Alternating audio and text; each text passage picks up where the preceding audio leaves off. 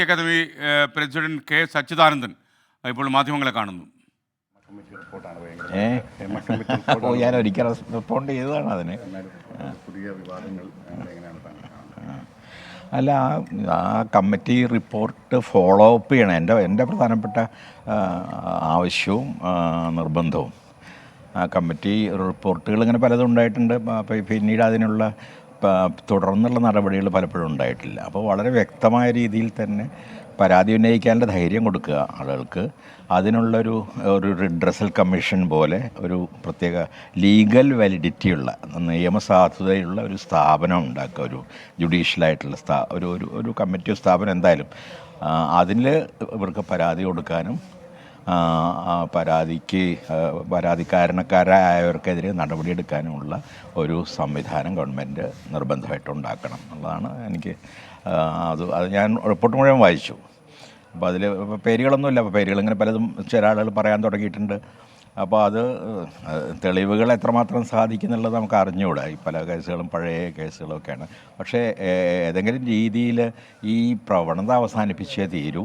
അതിനുള്ള നടപടികൾ ഗവൺമെൻറ് നിശ്ചയമായിട്ട് എടുക്കണം. ധാരാളമായിട്ട് ഞാൻ ഫേസ്ബുക്കിലൊക്കെ കാണുന്നുണ്ട്. ഒരുപാട് പേര് വെളിപ്പെടുത്തുന്നുണ്ട് അവരുടെ പഴയ കഥകളും ഒക്കെ.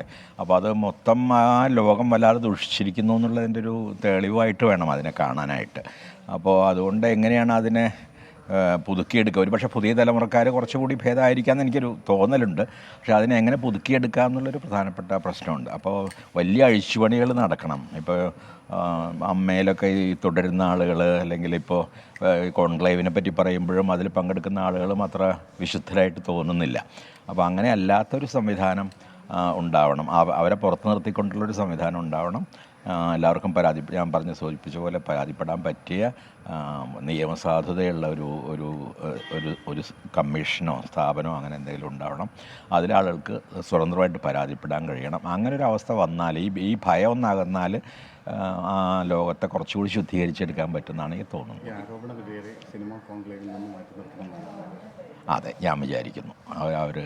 അവർ കൂടി അതിലുണ്ടാവുകയാണെങ്കിൽ ആളുകൾക്ക് അതിൽ വിശ്വാസം ഉണ്ടാവില്ല. അപ്പോൾ അത് സാഹിത്യ അക്കാദമി സെക്രട്ടറി കെ സച്ചിദാനന്ദൻ സംസാരിക്കുകയായിരുന്നു. പ്രിയപ്പെട്ട പ്രേക്ഷകർക്ക് അറിയുന്ന പോലെ അദ്ദേഹം പറഞ്ഞൊരു കാര്യം കേരളത്തിലെ ചലച്ചിത്ര സംഘടനകൾക്ക് തീർച്ചയായിട്ടും പിന്തുടരാൻ കഴിയുന്ന ഒരു കാര്യമാണ്. നമുക്കറിയാം, ദേശീയ തലത്തിലൊക്കെ അറിയപ്പെട്ട സംഘടനകളൊക്കെ തന്നെ ഈ പാരലായിട്ടുള്ള ഒരു കമ്മീഷൻ, ഒരു സ്വതന്ത്രമായൊരു കമ്മീഷൻ ഉണ്ടാകും ഇത്തരം പരാതികൾ പരിശോധിക്കാൻ. അതിൽ മിക്കവാറും ചെയർമാനായിട്ടോ അല്ലെങ്കിൽ ജനറൽ സെക്രട്ടറി ആയിട്ടോ ഒക്കെ വരുന്ന ആളുകൾ റിട്ടയർഡ് സുപ്രീം കോടതി ജഡ്ജിയോ ഹൈക്കോടതി ജഡ്ജിയോ ഒക്കെ ആയിരിക്കും.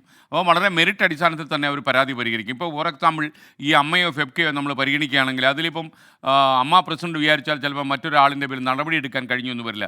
കാര്യം സിനിമയിൽ സഹകരിച്ച് പ്രവർത്തിക്കുന്ന ആളുകൾ തമ്മിൽ അച്ചടക്ക നടപടിയൊക്കെ എടുക്കാൻ കഴിയുക എന്നത് വലിയ ബുദ്ധിമുട്ടുള്ള കാര്യമാണ്.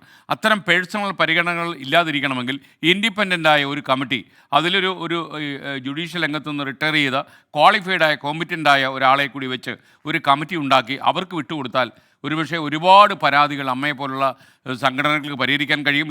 ഇത് നടപ്പിലാക്കാനുള്ള ബോൾഡായിട്ടുള്ളൊരു സ്റ്റെപ്പ് അമ്മയും ഫെബ്കയും ഒക്കെ വയ്ക്കണമെന്നാണ് നമുക്ക് പറയാനുള്ളത്. ഹൈക്കോടതിയിൽ നിന്ന് വിരമിച്ച ഏതെങ്കിലും ജഡ്ജിനെ കണ്ട് അദ്ദേഹത്തെ തന്നെ ഇതിൻ്റെ ചെയർമാനായിട്ട് കൊണ്ടുവന്ന് നല്ലൊരു കമ്മിറ്റി, ജുഡീഷ്യൽ സ്വഭാവത്തിൽ പ്രവർത്തിക്കുന്ന ഒരു കമ്മിറ്റി, പ്യുവർ മെറിറ്റ് അടിസ്ഥാനത്തിൽ പ്രവർത്തിക്കുന്ന ഒരു കമ്മിറ്റി അമ്മയ്ക്കും ഫെബ്കയ്ക്കും മറ്റ് സംഘടനകൾക്കും ഉണ്ടാകട്ടെ. സച്ചിദാനന്ദൻ പറഞ്ഞതിൻ്റെ അന്തരാർത്ഥം അത് തന്നെയാണ്. ഇപ്പോൾ സമയം 9 മണി കഴിഞ്ഞ് 4 മിനിറ്റ് 37 സെക്കൻഡ്.